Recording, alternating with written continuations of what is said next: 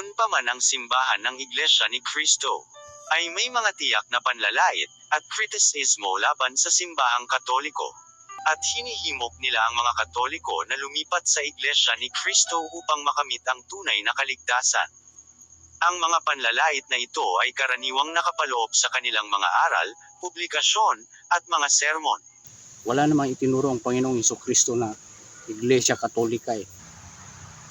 Para saan ba yung pananampalatayang ipinagkaloob sa atin kung hindi natin ipagtanggol? Bagamat ipinagpauna ng Panginoong Jesucristo na mayroong mga manguusig sa Iglesia ni Cristo.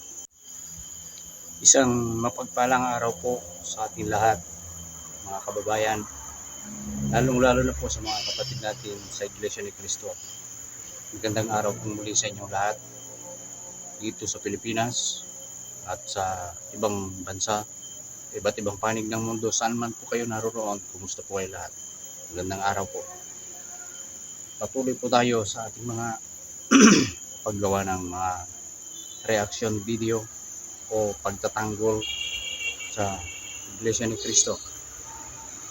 Dahil ito po ang paraan, ito ang gusto kong maging paraan para magamit ang channel na ito para ipagtanggol ang aking religion bilang isang Iglesia ni Cristo. Sapagkat ayoko po na mayroong manguusig ng aapi.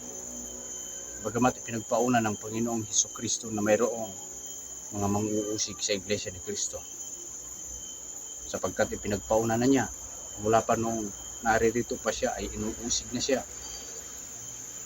Kaya yan ay kaakibat ng ating pananampalataya. At itinuro din niya na ipanalangin natin yung mga taong nanguusig, na sana ay maliwanagan yung kanilang puso't isipan, yung kanilang mga damdamin patungkol sa mga aral na itinataguyod ng Iglesia ni Cristo. Subalit sadyang may mga taong ang mga isip ay talagang sarado, at kagaya ng ibang mga vlogger dyan na talagang sukdulan na yung ginagawa nilang paninira pamamahala sa Iglesia ni Cristo, sa aral na binataguyod ng Iglesia ni Cristo na walang katotohanan, walang batayan. At ito nga ay ayoko sanang patulan itong channel na ito na sobrang napakayabang. Pinanood ko po yung isa niyang mga video. Lumipat po ako ng pwesto dito sa mga kahoy para malamig yung pakiramdam, malamig yung isipan. Patungkol doon sa gagawin nating reaksyon sa isang vlogger na nagsasabing mayabang daw, mga alipusta daw ang Iglesia ni Cristo. Ayon sa kanya. Tingnan ko po yung kanyang mga video, yung kanyang mga content, talagang yung kanyang content ay halos puro patungkol sa Iglesia ni Cristo, paninira. Hindi ko na pinanood yung iba. Ang nakapukaw lang sa aking damdamin ay yung isa sa mga video niya na ayan, yung pamagat. Thumbnail pa lang niya ay hindi na kaaya-aya, hindi na maganda ang dating para sa akin. Ngayon, mayroon na namang magko-comment dyan. Hindi ko alam kung yan ay totoong kaanib sa Iglesia ni Cristo o kung kaanib man ay hindi ko alam kung totoong mananampalataya. Kung mapapanood mong video ito, na ang video ito ay patungkol sa pagtatanggol sa Iglesia ni Cristo, kasi may mga vlogger na talagang pinipilipit yung aral sa loob ng Iglesia ni Cristo. Ginagawa nilang mali para yung kanilang mga followers, subscribers ay malinlang nila. Yung thumbnail pa lang ay nandadaya daw ang Iglesia ni Cristo, dinadaya daw ang Katoliko. Yun ang pamagat ng kanyang video. Yung taong yan.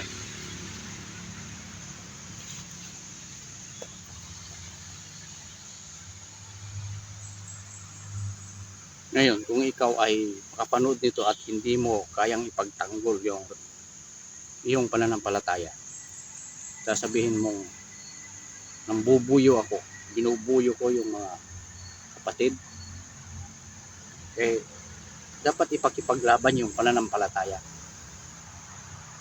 Para saan ba yung pananampalataya na ipinagkaloob sa atin kung hindi natin ipagtanggol? Para saan yung ating pag-iisip kung hindi tayo manindigan sa katotohanan? Kagaya lang yan sa mga politiko, nanindigan si Senador Marcoleta sa katotohanan.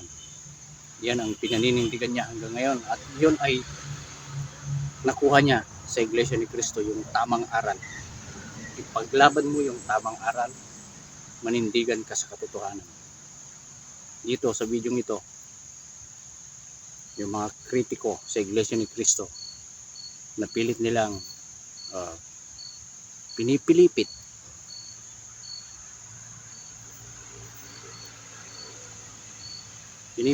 yung aral na wala namang batayan, walang katotohanan, puro kasinungalingan. At ang nakatawag sa ating pansin ay halos yung isang video na yon ay ang nilalaman ay ang pamamahala ng kapatid na Eduardo B. Manalo, ang sugo, yung mga panahon na sila ay nagtuturo. Yun ang laman ng video na yan.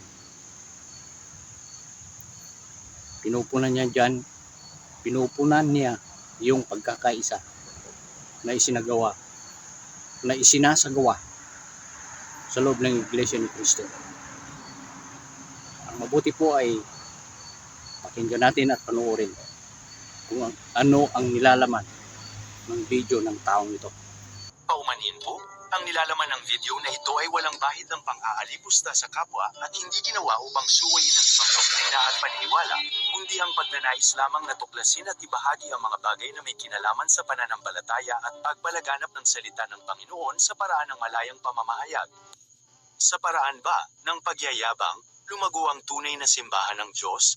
Ang pagyayabang ba ay tanda upang kilalanin na banal ang Iglesia ng Panginoon? Magiging maganda bang pakinggan ang pamamahayag sa salita ng Diyos na may kasamang panglalait at kayabangan?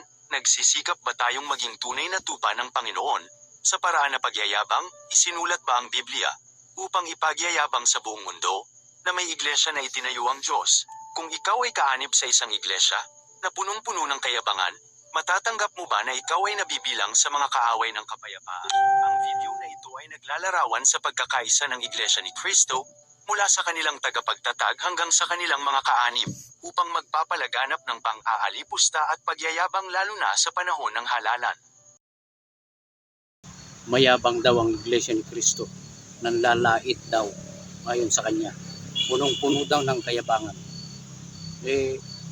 Ayon sa kanyang introduction, pansinin po niyo sa kanyang introduction, hindi raw hindi raw magyayabang, hindi raw manlalait. Siya ang lantarang nanlalait sa Iglesia ni Cristo. Nagyayabang ka, ikaw ang nagyayabang. Pinagyayabang ba ng Iglesia ni Cristo yung mga aral? Hindi naman Kailan ipinagmayabang ng Iglesia ni Cristo yung mga aral? Itinuturo ito ng maayos, itinuturo ng malinaw sa mga dinodoktrinahan sa pagmimisyon, sa pamamahayag at sa ganitong malayang pamamahayag. Bakit sasabihin mo nandaraya? Ikaw itong nandaraya yung introduction mo, sabi mo hindi ka magyayabang, hindi ka manginsulto, hindi ka manlalait. Tapos binirahan mo ang Iglesia ni Cristo. Binanatan mo ang Iglesia ni Cristo. Sinabihan mo yung mga followers mo, kung ikaw halimbawa miyembro sa isang iglesia na nagmamayabang, maaatim mo ba? Kailan nagmayabang ang Iglesia ni Cristo? Kailan? Ano ang ipinagmayabang ng Iglesia ni Cristo? Yung sinasabi namin ay Iglesia ni Cristo ang maliligtas sapagkat iyon ang nakasulat sa Biblia. Kailanman ang Iglesia ni Cristo ay hindi naging kaaway ng kapayapaan. Kami nga ang nagtaguyod ng National Rally for Peace. Tapos babalik ta rin mo ngayon na ang Iglesia ni Cristo ay kaaway ng kapayapaan. ikaw itong nangaaway sa Iglesia ni Cristo eh. Napakasinungaling nito. Pinipilipit mo yung mga salita. Hindi naman dapat para sa Iglesia ni Cristo. Para lang malinlang mo yung mga tao. Ikaw ang manlilinlang. Ikaw, ano ba yung channel niyan? Kwento at Babala. Ituloy po natin yung kanyang video. Pagtiyagaan po ninyo mga kababayan, mga kapatid, panuorin yung sinasabi niya na nanlalait ang Iglesia ni Cristo. Pati yung mga pagsamba ay binabanggit niya na nilalait daw ng Iglesia ni Cristo ang Iglesia Katolika. Ito, panuorin po natin. Ang salitang pagyayabang ay walang pinagkaiba sa salitang panglalait na magbunga ng pangiinsulto o pagmamalupit. Maaari rin itong tumukoy sa pagiging pang-aalipusta. Noon pa man ang simbahan ng Iglesia ni Cristo ay may mga tiyak na panlalait at kritisismo laban sa simbahang Katoliko. Madalas na sinasabi ng Iglesia ni Cristo na ang simbahang Katoliko ay hindi ang tunay na simbahan na itinatag ni Cristo. Sinasabi nila na ang Katolisismo ay nagbago at ang mga aral nito ay isa na lamang panglilinlang ng demonyo at hindi ito mula sa Diyos. Ayon sa mga aral ng Iglesia ni Cristo, walang kaligtasan sa loob ng Katolisismo. At hinihimok nila ang mga Katoliko na lumipat sa Iglesia ni Cristo upang makamit ang tunay na kaligtasan. Ang mga panlalait na ito ay karaniwang nakapaloob sa kanilang mga aral, publikasyon, at mga sermon. Ang nakakapagtataka, kung bakit sa oras ng kanilang pagsimba, ginawa nila ang mga panglalait laban sa mga Katoliko. Ito ba ay naaayon sa kabanalan ng isang tunay na iglesia sa panahon ng pagsamba? Ang pagtawag sa simbahang Katoliko bilang relihiyon ng mga pagano at kawan ng mga demonyo ay tanda ba ng isang banal na iglesia ng Panginoon? Madalas na inilalarawan ng Iglesia ni Cristo ang simbahang Katoliko bilang isang organisasyon na puno ng maling mga doktrina at mga gawain na nagmula sa demonyo. Talaga namang hindi na yung unang Iglesia ni Cristo yung Iglesia Katolika ngayon. Bakit? Sapagkat binago nila yung mga aral. Binago nila, ang dami nilang pinalitan. Yung bautismo, ginawa nilang binyag. Wala naman sa Biblia yung binyag. Yung mga miyembro, pinapayagang kumain ng dugo, hindi naman ibinigay na pagkain yung dugo. Panlalait ba yun? Nagsasabi lang ng katotohanan ng Iglesia ni Cristo. Yun ay mga aral ng demonyo. Yung bawal mag-asawa, sino ba ang nagtaguyod yan? Mayroon din.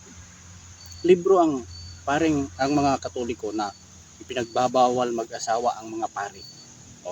Sino ang kinatuparan ng Iglesia Katolika? Sinasabi lang ng Iglesia ni Cristo yung katotohanan. Sapagkat yung Katoliko ngayon ay hindi na yan ang original na Iglesia ni Cristo. Tumalikod. Yung mga nanindigan sa panahon ng apostol, sila ang tunay na Iglesia ni Cristo. Subalit anong ginawa? Pinatay yung mga nanindigan sa pagka-Iglesia ni Cristo. Yung mga hindi nanindigan, yung mga takot mamatay, yun ang napaanib sa ibang mga relihiyon. Kung susuriin yung mga kasaysayan, yung unang Iglesia ni Cristo talagang dumanas ng matinding hirap, dumanas ng pag-uusig, pagkamatay ng mga apostol. Inisa-isa silang lahat ayon sa kasaysayan. Yung mga nanindigan, kung ano-anong parusa ang tinanggap nila. Babae man, lalaki, bata, matanda. Pero yung mga hindi nanindigan, yung mga natakot, yun ang umanib sa ibang mga relihiyon. Nung panahon na yun, imperial ang naghahari, Roma, doon bumangon yung Katolisismo. Saan nagmula yung Katolisismo? Wala namang itinuro ang Panginoong Jesucristo na Iglesia Katolika Hindi ninyo matanggap. Sa panahon ng mga pagsamba, hindi naninira ang Iglesia ni Cristo. Hindi naninira, hindi nangaalipusta. Ikaw itong nangaalipusta. Kwento at babala. Yan ang malinaw. Pilit mo lang na pinipilipit yung aral ng Iglesia ni Cristo, pinapaniwala mo yung mga followers mo, yung mga nanonood sa iyo na mali ang Iglesia ni Cristo, na dinadaya ng Iglesia ni Cristo yung mga tao. Maraming umaanib ngayon sa Iglesia ni Cristo. Hindi lang dito sa Pilipinas, sa iba't ibang panig ng mundo, ang dami ng umaanib sa Iglesia ni Cristo. Tapos pagka ganitong may mga reaksyon na ginagawa, may mga magko-comment, sasabihin, hindi ganyan Brad, ayusin mo. Eh kailan natin na ayusin yung mali? Pababayaan lang natin yung mga nang-aalipusta sa Iglesia ni Cristo?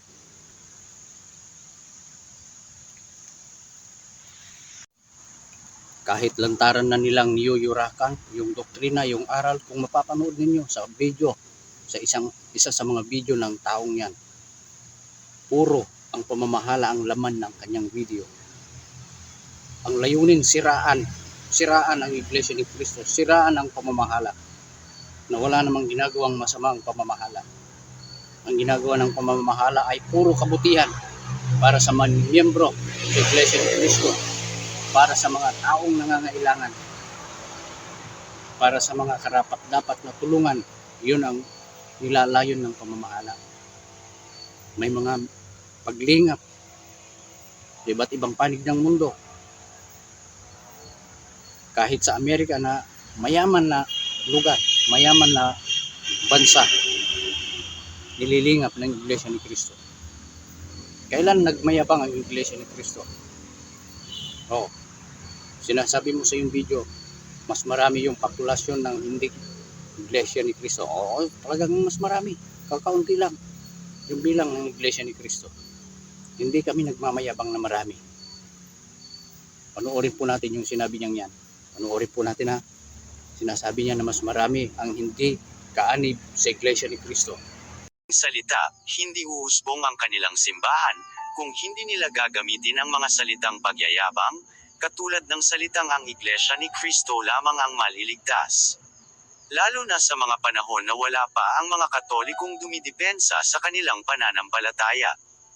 Ang isang kawawang Felix Manalo na dating isang sakristan lamang ng pari sa simbahan ng Katoliko, ay sa kasamaang palad, biglang nagiging anghel at sugo ng Diyos. At dahil na rin sa mga Katoliko na kulang sa kaalaman, kaya patuloy na lumago ang Iglesia ni Cristo maging sa ibang bansa. Ngunit ang simbahang ito ay malinaw na nagmumula lamang sa isang ordinaryong tao na malinaw na idinatag lamang sa pamamagitan ng pahintulot ng pamahalaan ng Pilipinas, ang kanilang organisasyon at hindi sa Diyos. Ibig sabihin kung wala ang pahintulot ng ating pamahalaan, ay wala rin ang Iglesia ni Cristo. Subalit, ayon sa pagyayabang ng isang ministro, ang simbahang Katoliko ay nagkawatak-watak sa panahon ng halalan. Wala umano itong pagkakaisa sa prinsipyo. Ito ang isa sa pinagyayabang ng simbahang Iglesia ni Cristo sa panahon ng halalan. Ayon sa isa sa kanilang mga vlogger, ang Iglesia ni Cristo lamang ang simbahan na nagkakaisa sa panahon ng pagboto. Ayon sa kanya, mahigit sa 1.5 milyon umano ang positibong mga mangbuboto na kanilang mga kaanib. Subalit, dapat rin nilang tandaan na ang buong Pilipinas ay may 54 na milyon na legitimong nakarehistrong mangbuboto. At nasa 26% lamang ang populasyon sa Iglesia ni Cristo, samantalang mayroong 78% ay Talagang wala ng kaligtasan dyan sa loob ng Iglesia Katolika. Kaparusahan ang naghihintay nila dyan. Kung hindi sila magbago, kung hindi sila aanib sa Iglesia ni Cristo. Sapagkat marami silang itinataguyod na aral ng mga pagano, aral ng mga demonyo. Tapos, babalik na rin mo ngayon na ang Iglesia ni Cristo ang nandaraya. Hindi mo lang maatib. Hindi ko alam kung ito ay isang Catholic defender yung nagsasalita na yan sa video yan. O isang pari, hindi natin alam. Wala akong idea. Basta't yung nilalaman ng kanyang video ay paninira sa Iglesia ni Cristo. Ang itinuturo ng Iglesia ni Cristo ay pawang nakasulat sa Biblia. Pawang nakasulat sa banal na kasulatan. hindi nagkakatha ng aral na labag sa Biblia. Ang Iglesia Katolika ngayon ang kinatuparan ng hula ng mga apostol, hula ng Panginoong Hesukristo na pag-alis nila magsisipangalat yung mga alagad, yung iba mga mamatay. Bakit? Anong dahilan? Matatalikod, papasukin ng mga bulaang propeta. At nang pumasok na yung mga bulaang propeta, binago na nila yung mga aral. Naging aral ng pagano, yung aral na dalisay, na bago na, marami na ang tuntunin na hindi kaaya-aya. Wala sa Biblia ng mga aral, wala sa Biblia ng mga doktrina. At yan ang kinatuparan sa Iglesia Katolika. Tapos, binabanggit ng taong yan doon sa kanyang video na sinisiraan daw ng Iglesia ni Cristo ang Katolisismo. Hindi ito paninira, sinasabi lang yung katotohanan. Kaya kung mayroong mga makapunod po nito na hindi mga kaanib Iglesia ni Cristo, magsuri po kayo. Inaanyayahan po namin kayo, suriin ninyo ang aral ng Iglesia ni Cristo.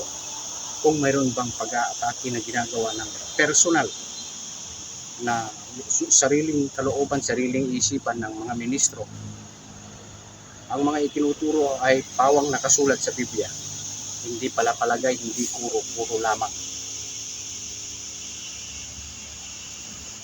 Yung taong yan ay mayroon pa siyang video, mayroon pa siyang sinabi na talata, yung 1:8:31 hanggang 32. Panoorin po natin siya, ha. Panoorin po ninyo, mga kababayan, mga kapatid. At ayon sa ipinahiwatig sa Biblia, isang malaking kamalian ang pagyayabang na pagkakaisa sa panahon ng eleksyon. Dahil ito ay nangangahulugan ng pagkawalang galang sa pangalan ng kalayaan. Sa aklat ng Juan Kapitulo 8 versikulo 31-32, ito ang sinabi. Sinabi naman ni Jesus sa mga Hudyong naniniwala sa Kanya, "Kung patuloy kayong susunod sa aking turo, kayo nga'y tunay na mga alagad ko. Makikilala ninyo ang katotohanan, at ang katotohanan ang magpapalaya sa inyo." Malinaw na pagdating sa prinsipyo ng bawat individual na kalayaan. Ang Iglesia ni Cristo ay nagkakaisa lamang para sa kapakanan ng kanilang tagapagsiwa. Ngunit hindi makikita sa kanila ang pakikipag-isa sa kalayaan sa bawat isa ayon sa kagustuhan ng Panginoong Hesus. Dagdag pa ng isang blogger ng Iglesia ni Cristo, ang nakakatakot na maaring mangyari sa isang kaanib ayon sa kanilang pamahalaan. Ay naku po, kailan ba nanlait ang Iglesia ni Cristo, yung mga ministro sa panahon ng pagsamba?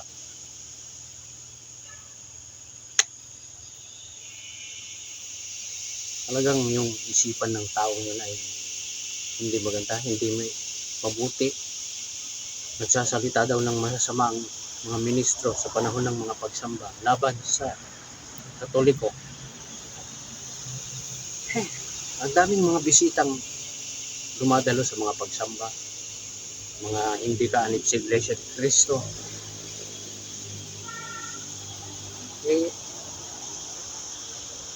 Wala namang sinasabing nagmumuray o nagmamayabang o nang-aalipusta. Tingnan ninyo, pati yung sugo ay dinamay niya. Panahon pa daw ng sugo ay nandaraya na daw, nanlinlang na daw ang Iglesia ni Cristo. Dahil yung panahon daw na iyon ay hindi pa sibilisado, hindi pa matalino ang mga tao, kaya nalinlang daw, nadaya. Kasi Kapelix nga ang minamaliit noon, yung sugo nga ang minamaliit noon, nung panahon na nagtuturo siya. Ang dami nang nakipagdebate sa kanya, pero napahiya silang lahat. Bakit? Yung Biblia lang ang hawak niya, yun ang batayan niya, yung tinuturo niya, sinasabi niya yung mga maling aral ng mga malalaking relihiyon sa panahon niya. Sino-sino yung mga malalaking relihiyon noon, ng panahon ng sugo, Katoliko, Protestante. Ang daming mga nakikipagdebate sa kanya. Subalit silang lahat ng napahiya, nangawala. Yung iba, naging iglesia ni Cristo dahil natauhan sila. Tapos itong vlogger na ito ay pinipilitit niya yung aral ng iglesia ni Cristo ngayon.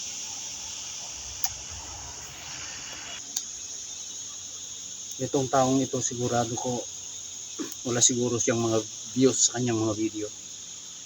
Kaya ginawa niya ng content ang iglesia ni Cristo, pero siniraan naman. Puro paninira yung kanyang mga video sa iglesia ni Cristo. Marami ng pagpapaliwanag patungkol sa pagkakaisa. Yung aral na isinasagawang pagkakaisa sa iglesia ni Cristo, lalong-lalo na sa halalan. Tapos na yung halalan, hindi pa rin sila nakapag-move on. Malinaw ang aral sa pagkakaisa ay aral na nakasulat sa Biblia.